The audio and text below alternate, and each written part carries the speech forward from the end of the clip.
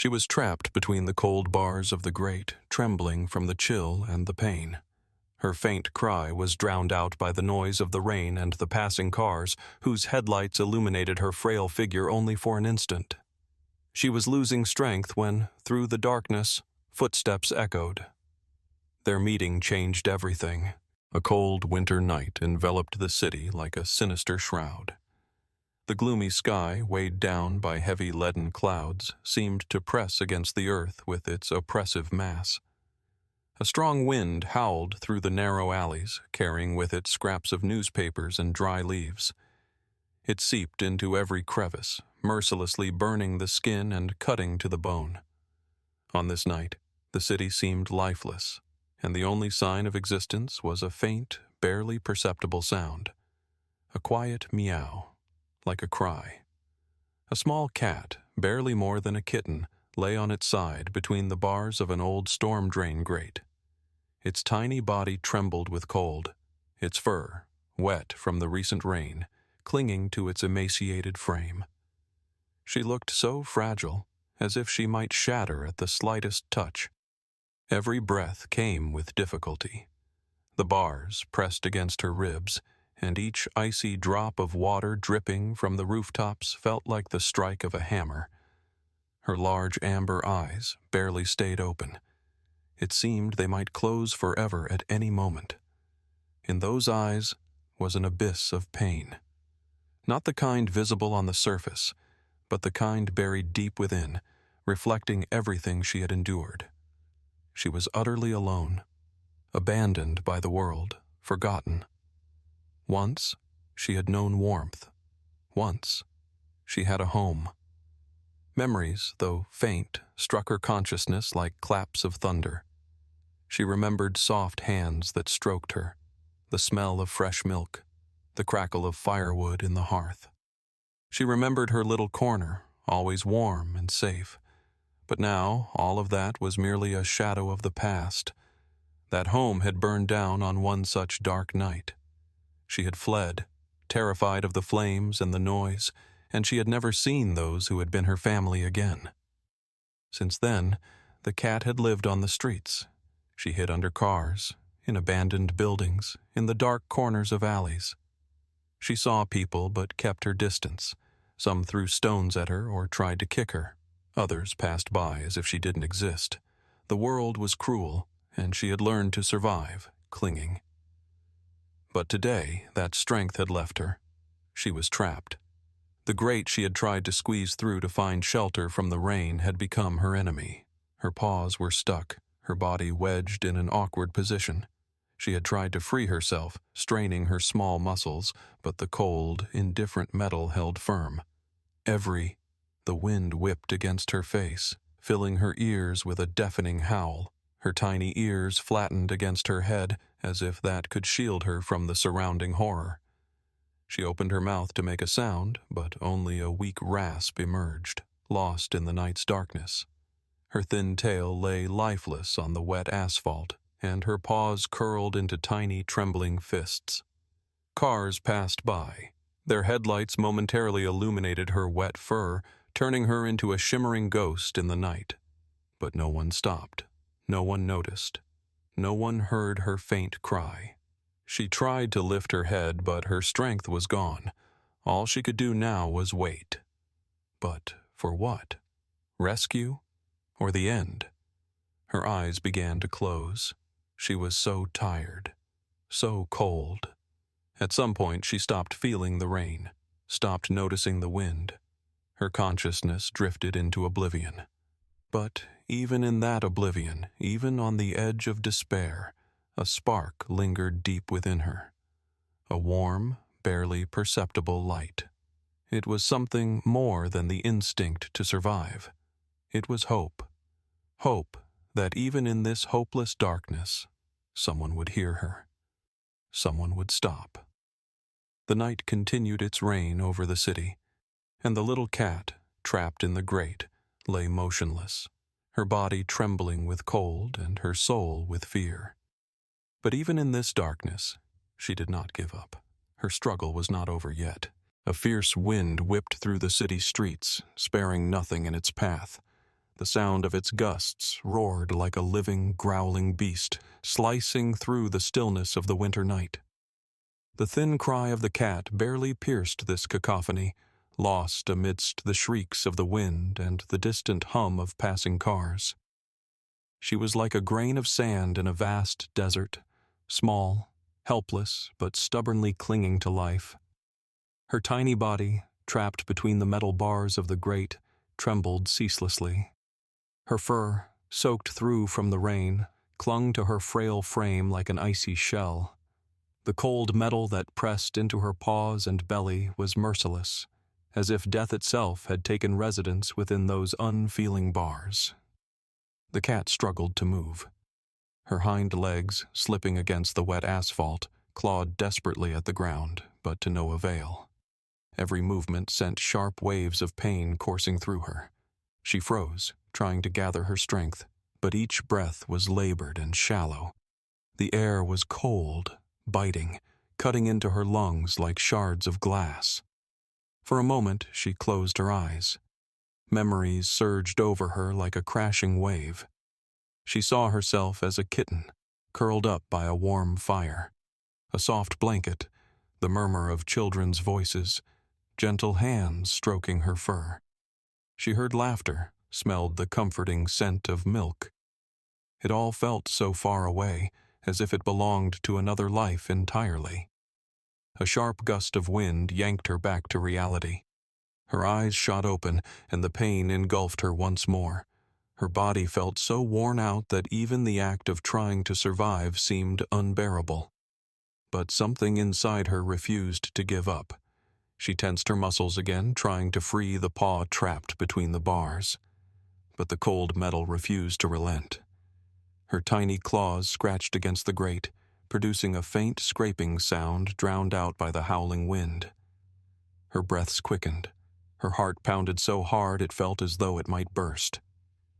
Through the rain and the wind, loud noises suddenly broke through. A car passed nearby, its headlights momentarily illuminating her thin, exhausted form. The cat froze, her wide eyes glinting with fear, her heart stopping for a beat.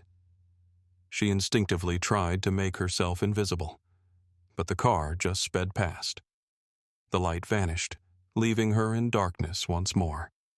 Her golden eyes gleamed with moisture, but it wasn't just rain. They were tears. With every passing minute, her body grew weaker. She felt the cold creeping into her bones, numbing her senses and fogging her mind. The world around her blurred, becoming surreal and distant. Her paws barely moved now, and she knew that her strength was slipping away. She tried to cry out, but only a faint rasp escaped her throat. Her body no longer obeyed her. She could feel the darkness creeping closer, enveloping her in its suffocating embrace. It was a darkness that seemed inescapable. And yet, deep inside her, a tiny spark still flickered. It wasn't just the instinct to survive. It was the memory that she had once been loved. Once, her world had been filled with warmth and light. And if that light had found her once, perhaps it could find her again. Her eyes drifted shut, but her heart kept beating. Even in this fight, even in the consuming darkness, she refused to surrender. Her soul, battered, broken, but unyielding, clung to the fragile thread of hope. Through the clamor of the night, the faint cry of the little cat blended with the roar of the wind. She remained alone in this vast world, surrounded by cold, pain, and fear. But her struggle was not over. She continued to hold on, even when life itself seemed to have abandoned her. The night had reached its peak. Darkness thickened, as if the earth itself had disappeared beneath a black veil.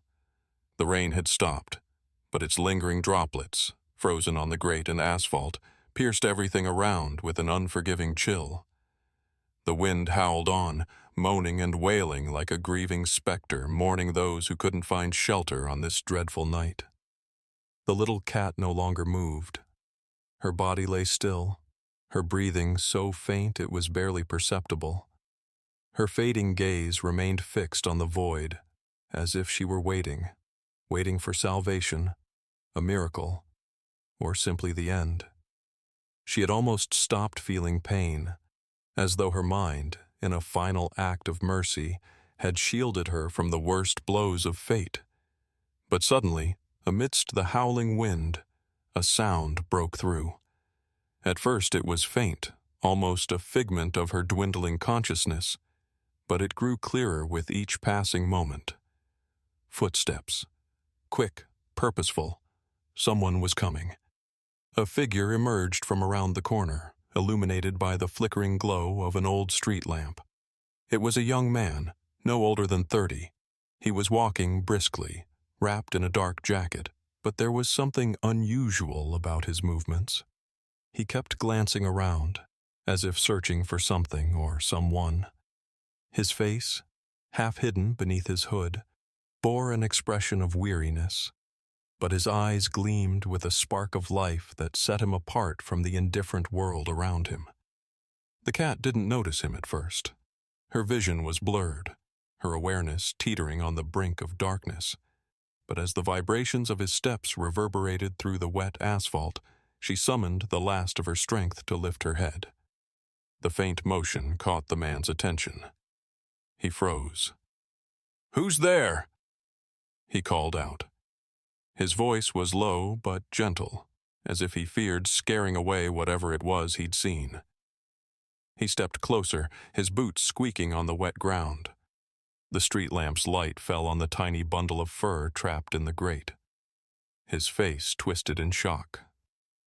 "Oh my God," he murmured, kneeling beside her. The cat stared at him with her fading eyes. Fear still lingered in their depths, but now it mingled with something else, a fragile, nearly imperceptible glimmer of hope. The man slowly extended his hand, careful not to startle her. "Easy, easy. It's okay," he whispered, his voice soothing, as if he instinctively understood how fragile this little soul was.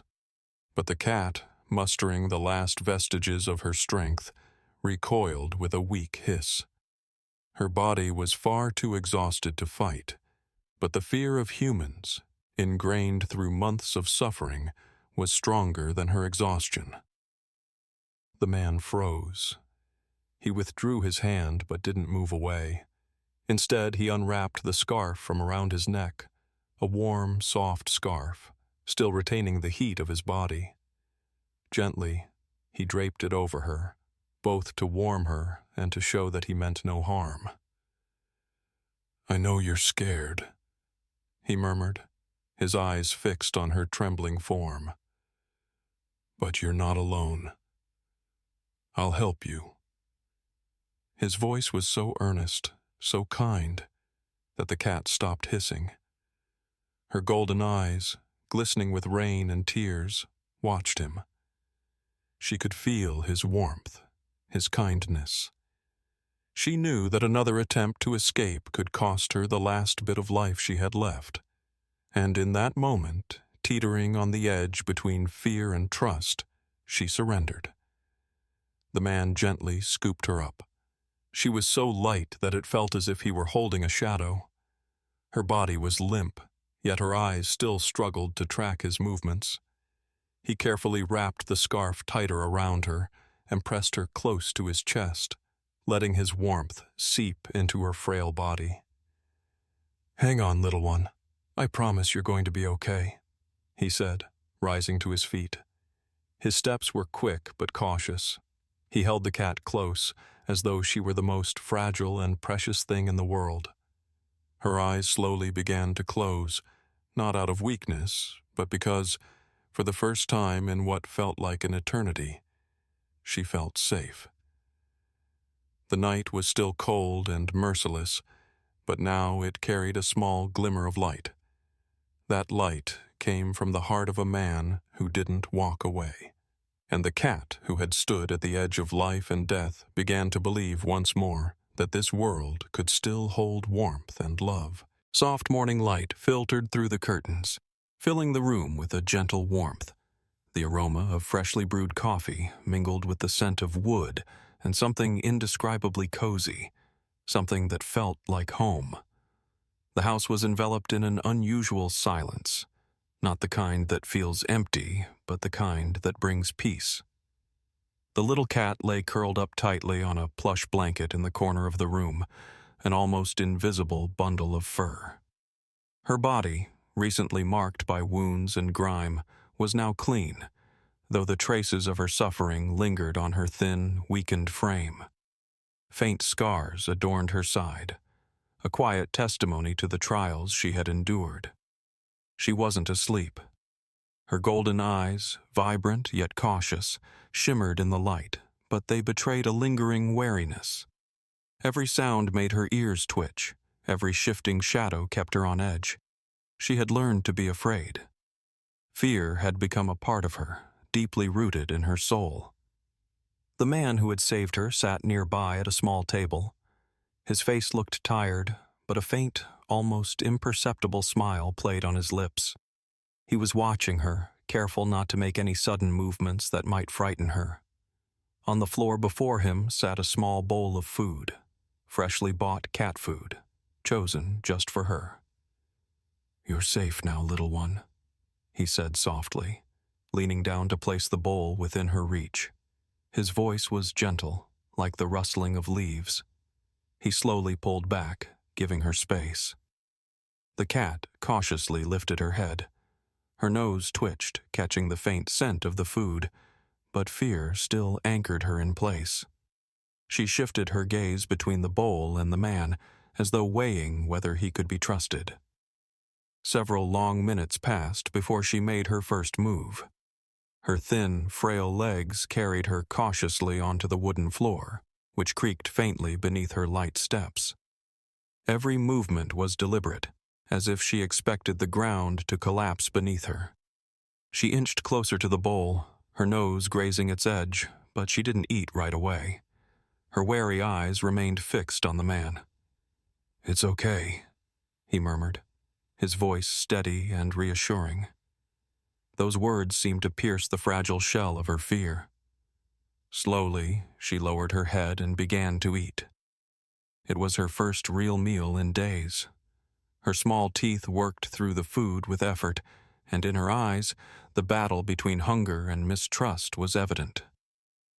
The man stayed still, watching her. He knew this was just the first step. Her spirit was battered, her heart scarred. He could see it in every hesitant movement, every glance filled with uncertainty. Weeks passed, and the little cat began to change. She still flinched at sudden noises and hid when the door slammed too loudly, but there were glimmers of something new. Her eyes, once clouded with pain, began to sparkle. Sometimes, when she thought no one was watching, she would stretch out in the middle of the room, basking in the warmth of the sunlight streaming through the windows. Every small action was a victory, both for her and for the man. He didn't rush her. He understood that trust wasn't something you could demand. It had to be earned, slowly, patiently, brick by brick, through kindness and care. One evening, as he sat on the couch reading a book, he felt something soft brush against his leg. He froze and looked down slowly. It was her. She was sitting beside him, her golden eyes staring directly into his. In that gaze was everything: fear, hesitation, and finally, gratitude. She stepped closer and gently curled up beside his leg, her tiny body pressing against him. It was their first real connection. Small, yet monumental. It was the moment she chose to trust him, to take a step toward a life she hadn't believed possible. Months went by. The scars on her body began to fade, and her fur grew thick and glossy once again. The scars within her soul didn't vanish. They remained as a part of her, a reminder of everything she had survived. But now, when she looked at the man, there was no fear in her eyes. Instead, there was something new: affection, warmth, and love. She had found a home. But it wasn't just a home of walls and a roof. It was a place where she would never be betrayed again, a place where she would be loved and protected. And he had found more than just a cat. He had found a companion, a quiet reminder that even in the darkest nights, there is always room for light.